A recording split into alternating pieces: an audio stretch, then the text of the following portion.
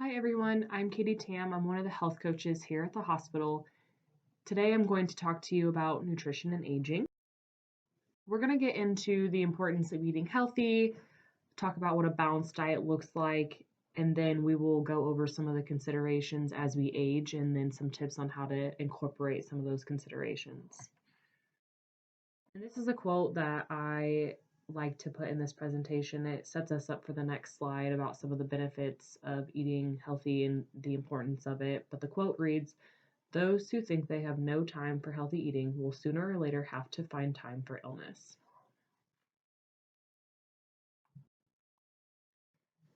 There are many reasons to eat nutritious, balanced meals, and the key to this is figuring out why it is important to you personally.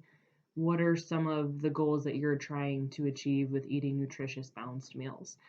Whether you are older or not, I know we're focusing on aging in this presentation, but as this says at the top here, no matter your age or your previous eating habits, it's never too late to change your diet and improve the way you think and feel. So I strongly encourage you to figure out why it's important to you personally. And like I said, I have some of these listed here. So, if you're eating well throughout the day, there's a good chance you're going to have enough energy to get through the day. Or maybe you are watching your portion size and you're working on weight management. Maybe you're wanting to improve your focus. Or if you are getting older and you feel like your independence is kind of slipping a little bit, this is something that can help with that. If we're eating the right types of foods, it can help with boosting resistance to stress, anxiety, depression, or maybe you have high blood pressure, an increased risk for heart attack or diabetes, and you want to reduce that risk. So, again, there's a lot of good reasons to eating nutritious and balanced meals, but the key, again, is to find why it's important to you. So, let's get into some of the balanced diet basics. And I'm going to hit on just general recommendations here. So we usually follow the My Plate information, which is what this is showing here. And we're going to get into, fruits, vegetables, grains, protein, dairy, healthy fats, limiting added sugar, limiting bad fats like saturated and trans fat, limiting alcohol, things like that. So the next few slides, we will go over some of those recommendations. The first component of the choosemyplate.gov recommendations that we'll talk about is veggies and fruit. So, when you're eating throughout the day, fruits and vegetables should be about half your plate or at least included in on most snacks. The recommendation is about 5 servings of fruits and vegetables total a day. So, about 2 servings of fruit and about 3 servings of vegetables. And it's always encouraged to eat the rainbow. So, the more colors you can incorporate, the better. There's nothing wrong with doing frozen, canned, fresh, whatever, fits your budget. I know a lot of times our family uses frozen vegetables because it's just easier to pull that stuff out. It's already cut up. We throw it in the microwave or throw it in the oven. Um, Same thing with fruit. We just kind of pull that out and let it thaw out. If you're gonna go the canned route, making sure it's low sodium for the vegetables or canned in its own fruit juice for the fruit. Finding any way that you can get into your meals, whether it's, I put on there berries in your salads, fruit with breakfast, throw some vegetables into an omelet, having snacks that include fruits. So you could do like an apple peanut butter and some string cheese. Any way that you can get those in, it's an important component because of the types of nutrients and vitamins and minerals, like fiber. They're low in calories. These things are all good to include in on your diet, especially as we age. The next component of the choosemyplate.gov is whole grains. So when it comes to this, we would urge you to, avoid refined grains. And what I mean by refined, um, it's when grains have gone through a process that removes the bran and the germ, but it also removes fiber, iron, a lot of B vitamins, which we'll find out are important as we age. And some examples up there, white refined flour, white bread, a lot of the frozen waffles, pancakes, muffins, breads, cakes, pies, sweets are all made with white flour, granola bars, um, a lot of things that we know and love. So again, choosing things that are made with whole grain. So I have some listed there on the right, 100% whole wheat flour, 100% whole grain bread products. There's all sorts of whole grain pastas out there now. There's whole grain, or sorry, I would say frozen waffles and pancakes that are made with whole wheat flour. You can actually just buy the mix yourself and do that too. Oatmeal, brown rice, quinoa, high fiber whole grain cereal. There's a lot of options out there. So again, encouraging you to choose some of these products that are made with whole grains because whole grains contain fiber, which can help with, regulating blood pressure. It can help with high cholesterol. It can help with bowel functioning. It can also help with kind of stabilizing blood sugar. So again, really important to get those in, especially as we age. We'll talk a little bit more about how fiber plays a role in everything. So the more you can choose whole grains, the better. Next up is lean proteins. Protein functions as building blocks for bones, muscle, cartilage, skin, blood, enzymes, hormones, and vitamins. So, again, this is another one that we will hit on later as far as the considerations that we will see when we're aging. But it's very important that we are choosing lean protein. So, low fat dairy, eggs, fish, especially, is an important one, like salmon, cod, haddock, chicken. You can even include beans, peas, lentils, tofu, soybeans. Those are all good options for lean proteins. With the high fat protein, that you will find the high fat in full fat dairy products, liver, other organs, fatty and marbled meats. So typically this is going to be like your red meats, but especially things like steaks, prime ribs, spare ribs, any type of like cold cut, salami, pepperoni, bologna, hot dog, sausage, bacon.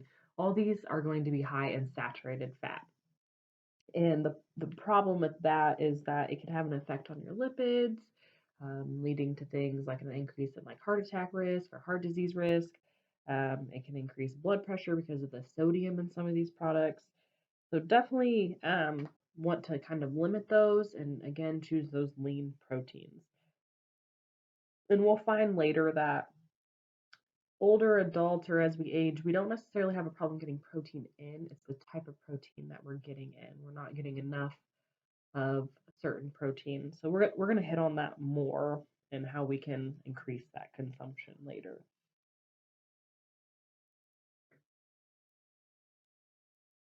Then the last one we'll talk about here is fat. So we want to make sure that we're choosing healthy fats, and we're going to find those in things like olive oils, avocado and olives, avocado oil, nuts and seeds, peanut butter, cashew butter, almond butter. Salmon again is gonna, or fatty fish, but like salmon. Flax seeds, flaxseed oil, those are all great options for healthy fat. So healthy fat is going to help with heart health. It's going to help with brain health, which again, those are two important things that we want to focus on as we age. The ones that we want to limit, I've gone into them a little bit on the previous slide, but meats, full fat dairy, and when I say meats, it's going to be those red meats typically, or pork, so bacon, sausage, hot dogs, cold cuts, um, things like that.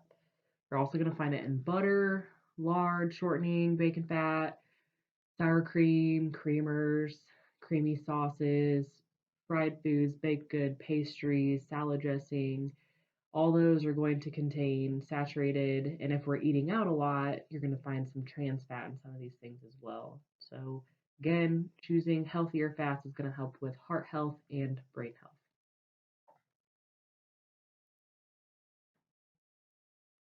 The last part of the presentation is when we're going to get into these aging considerations and some tips around incorporating those considerations. Older adults are generally going to have lower calorie needs, but they're going to have increased nutrient needs because they're not going to be intaking as much. And this is just due to things like less physical activity. When there's less activity, there's going to be or can lead to reduced muscle mass, changes in metabolism. So, same thing that can relate to loss of muscle mass. But also, every year over the age of 40, our metabolism does start to slow down. Then we have age-related loss of bone and muscle mass again, chronic health conditions, heart disease, diabetes, high blood pressure, high cholesterol. Use of multiple medications can affect your appetite or taste. We're going to have changes in body composition.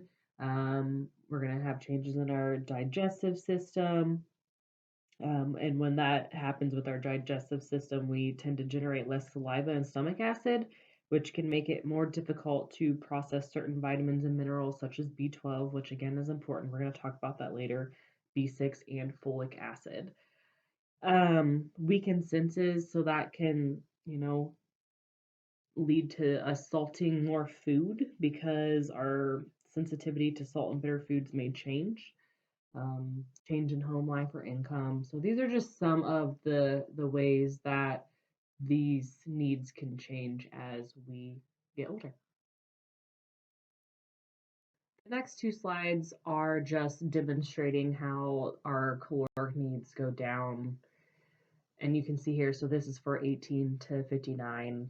At the top there, you'll see the calorie level.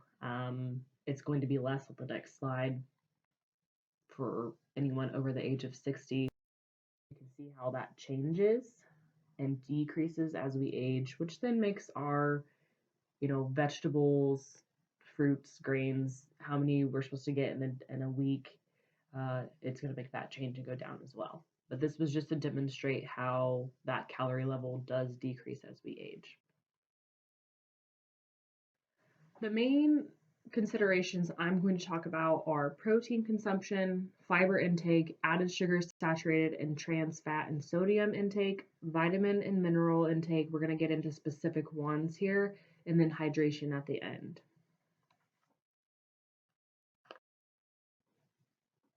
The importance of protein as we age is in preventing loss of lean muscle mass. And then when we have, lean muscle mass, our metabolism is better. So what we find though as we age is that we're typically meeting or exceeding the weekly recommendations for things like meats, chicken, eggs. It's a common source of protein for us. However, our intake of seafood, nuts, seeds, soy products, beans, peas, lentils, and dairy products are not enough. And the thing with that is they provide important nutrients that are going to help us as we age. For example, dairy is going to have calcium, vitamin D, vitamin B12. Beans, peas, and lentils are going to have fiber. A lot of the seafood is also going to provide vitamin D, B12, and calcium. If they're eaten with bones, I should say, they're going to have those beneficial, healthy fats in them. So it is important that we are varying our protein intake throughout the week. I've had people ask me how much protein we should eat in a day. The recommended dietary allowance is about 0.36 grams per pound. So that's pretty low. That's just the amount that RDA is just the amount that we need to meet our basic nutritional requirements. So, 0.36 at least. You can do above that to get more benefit.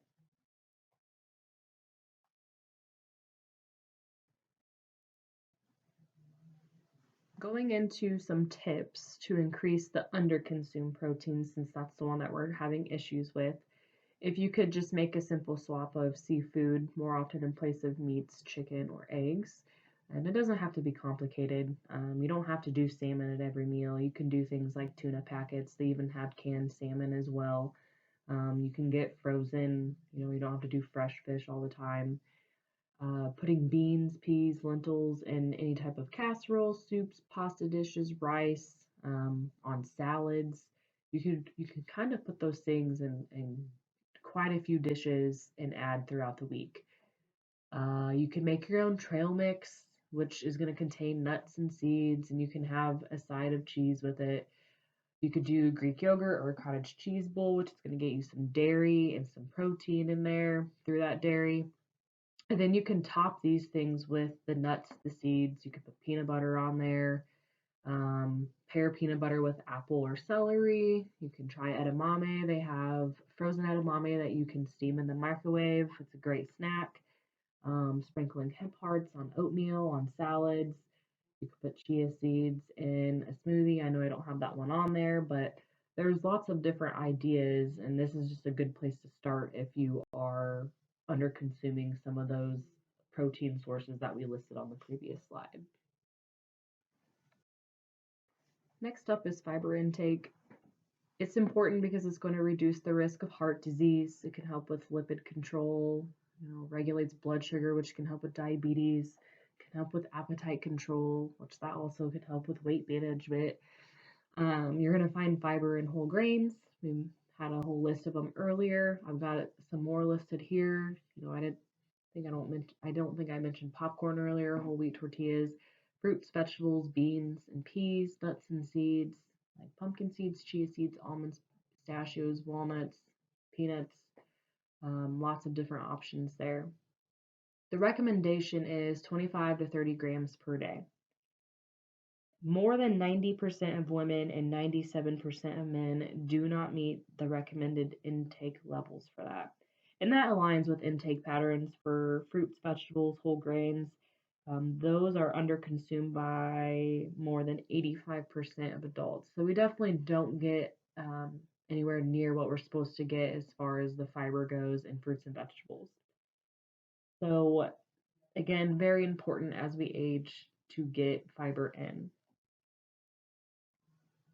Some tips to increase fiber would be to swap out white bread, pasta, and rice with their whole grain counterparts or whole wheat counterparts. Try to add a fruit or a vegetable to each meal or snack.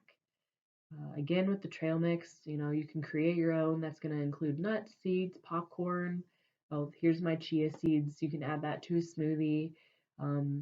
I like to make salads with ancient grains. So you can do quinoa. I don't really like quinoa, but you could do other types of ancient grains and also add nuts and seeds.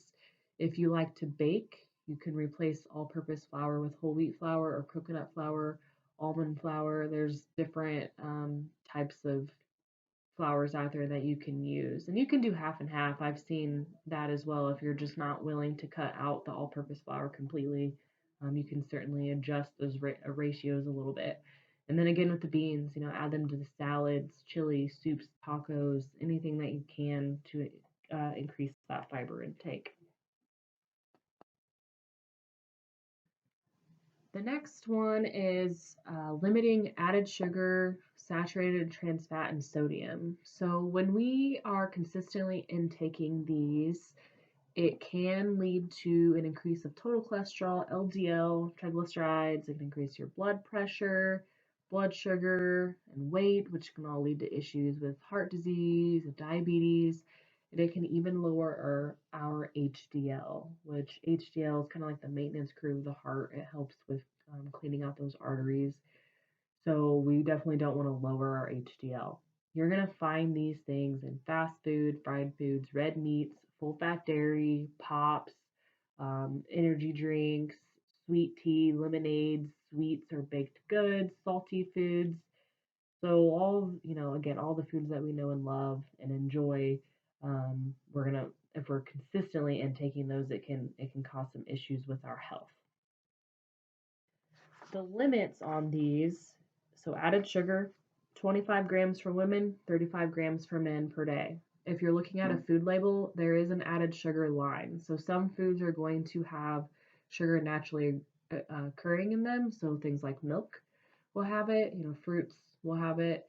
So that's something to think about, looking for the added sugar line and taking a look at what foods you're eating and how they might be sneaking added sugar in.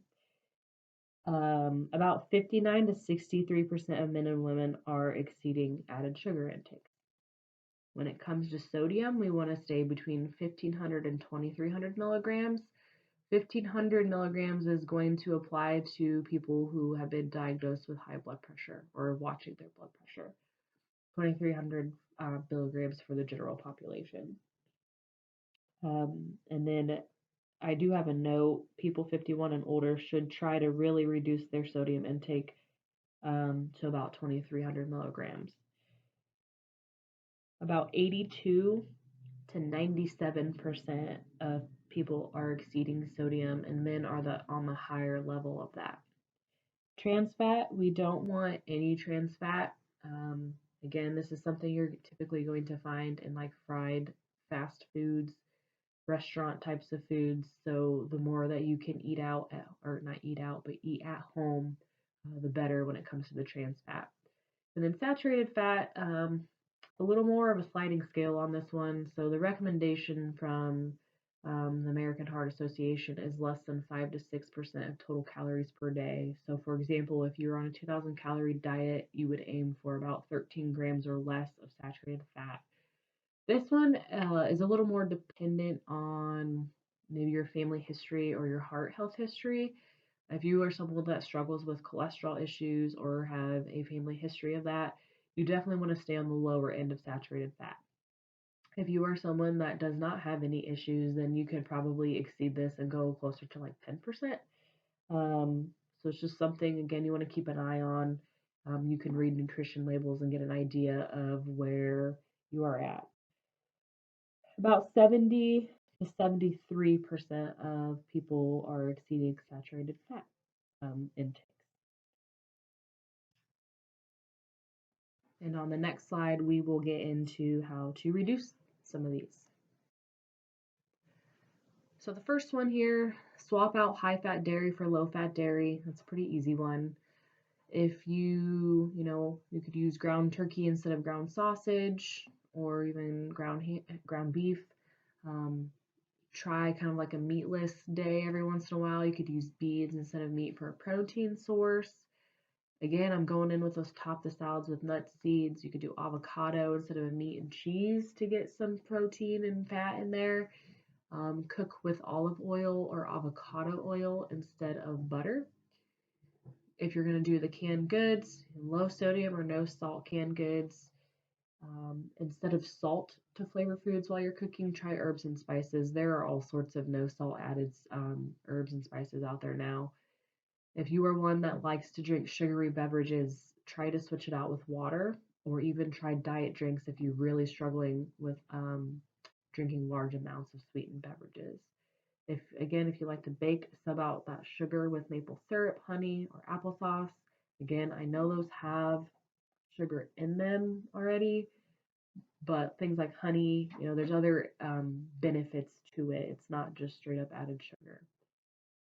Canned fruit, packed in water or its own juice, and I can't encourage you enough to just start checking nutrition labels. You don't have to do this every time, because once you get a basic understanding and you maybe pick out some brands that are better, then you won't have to do this as often. But if it's something that you've never done, I do encourage you to try or take a look at those. And if this is something you want to learn more about, feel free to reach out to me and I can talk you through what that looks like. Vitamin B12 is one that is recommended to make sure we're getting in. Our ability to absorb it decreases with age, and certain medications can decrease that absorption. It is important for the function of most cells in our body, but specifically gastrointestinal tract, bone marrow, and nervous tissue. If we are deficient in it, then it does cause numbness, tingling, burning on the feet or of the feet, as well as some stiffness and weakness of the legs. It is found in seafood, milk, eggs, cheese, beef. I know I've been hammering beef a little bit about how you should avoid it, but I'm not saying you should completely cut it out, because there are, like I said, some benefits if you're getting those leaner cuts of beef, and then some fortified breakfast cereals. So this is one that I found it is possible to supplement it. So make sure you are talking with your provider to see if this is a good fit for you, but it is worth looking into, especially if you're over the age of 50, to see if a supplement might be right for you. But again, I highly encourage you to talk with your provider first before you just start taking a supplement. Calcium and vitamin D are next, and close to 30% and 30% of men and 60% of women older than 19 do not consume enough calcium, and more than 90% do not consume enough vitamin D. So these two are going to help with optimal bone health and prevent the onset of osteoporosis. And then vitamin D is going to aid in the absorption of calcium.